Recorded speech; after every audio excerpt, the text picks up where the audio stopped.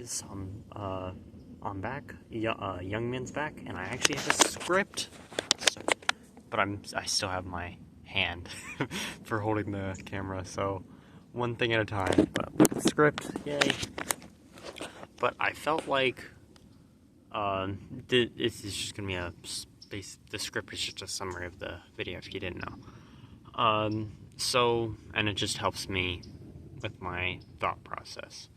So I just wanted to, because yesterday's video did not have a script, and it was kind of like free flowing, but it also was not focused, you could say.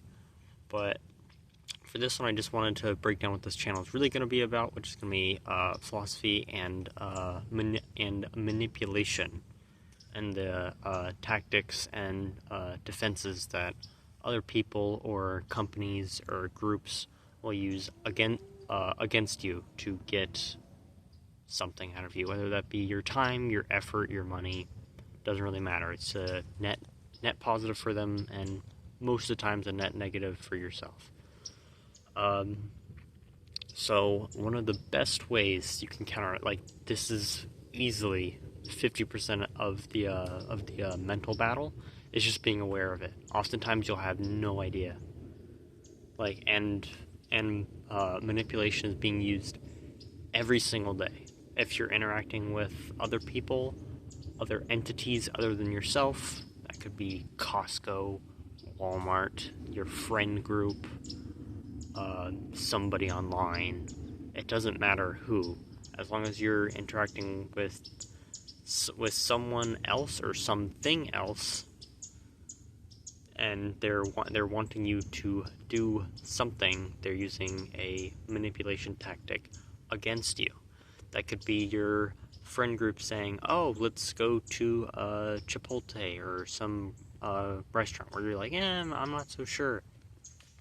And they use different tactics of, "Oh, but it's close. Oh, but it's cheap. It's cheaper than other restaurants."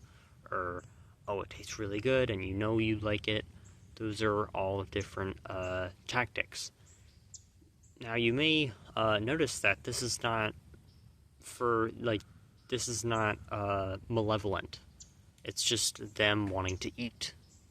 So, yes, it's not always a bad thing, but just being aware of it will help you at every turn. So, a quick breakdown of what you can do is to be aware. One thing, because you don't know what you don't know. So, if they're using a tactic against you and you don't know about it, it's going to be way more effective.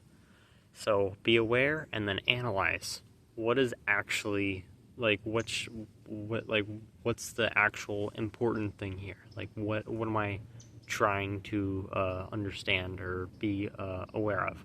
So being aware and then analyzing it, and then if it's serious enough, you can record it. Like, if you have an addiction to something, you might want to write some stuff down about, hey, what am I getting affected by? And then you analyze that again to find out what's the most important part of the most important parts you just recorded, and then you make a plan on that. So I know I've given all these examples before of your friends or companies wanting money out of you, and this can even be this can even come down to color scheme used. Like, it tends to be pretty acceptable to note that blue and black is more used for boys, and pink and, I don't know, like red or pink and white is more used for girls.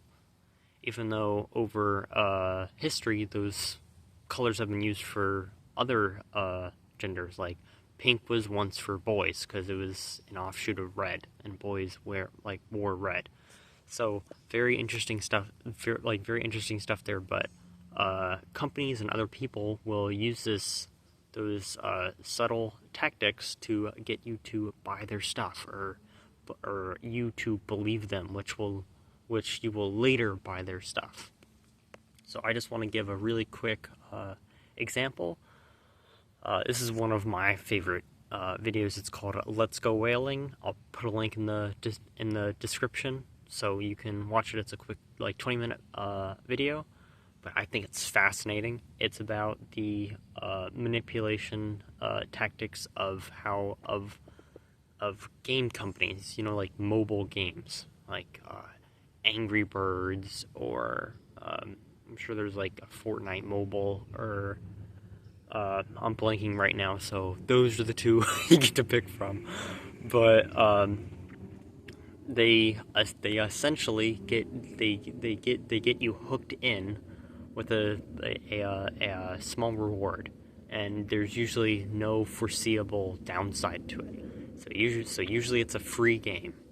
You don't have to pay for it, so that's already a plus. And it looks kind of fun.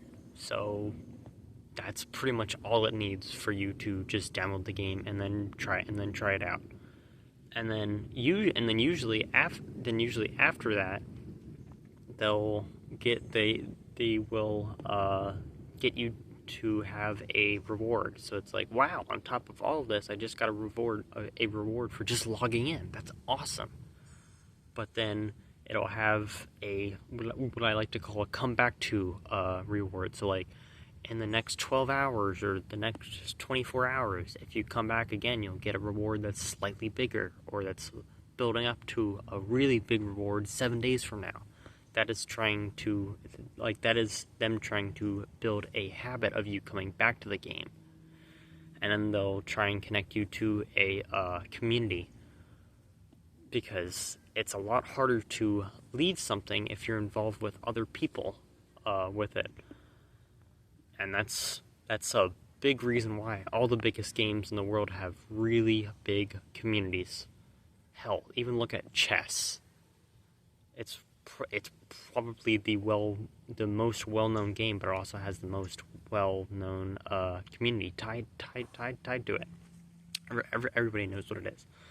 So, and those companies will also get you to be competitive in their games, which, if you're competitive and you already have some attachment to the game, you're more likely to spend money. But even if you won't pay, you being competitive will get others to be competitive, and they might pay. So even if you're not going to pay, you will partially be a cause of others paying. So if you want, I could do a full breakdown of that video, because I find it fascinating, and I've only listed very few tactics they actually use, but very, very interesting stuff. And if you want, put in any video ideas in the description, or not in the description, in the comments, and I'll check them out, see what's worthwhile. I'm trying to be engaging. Tell me how I suck and how I can improve. So I may get a stand, I may not. So, but I have a script. A lot better.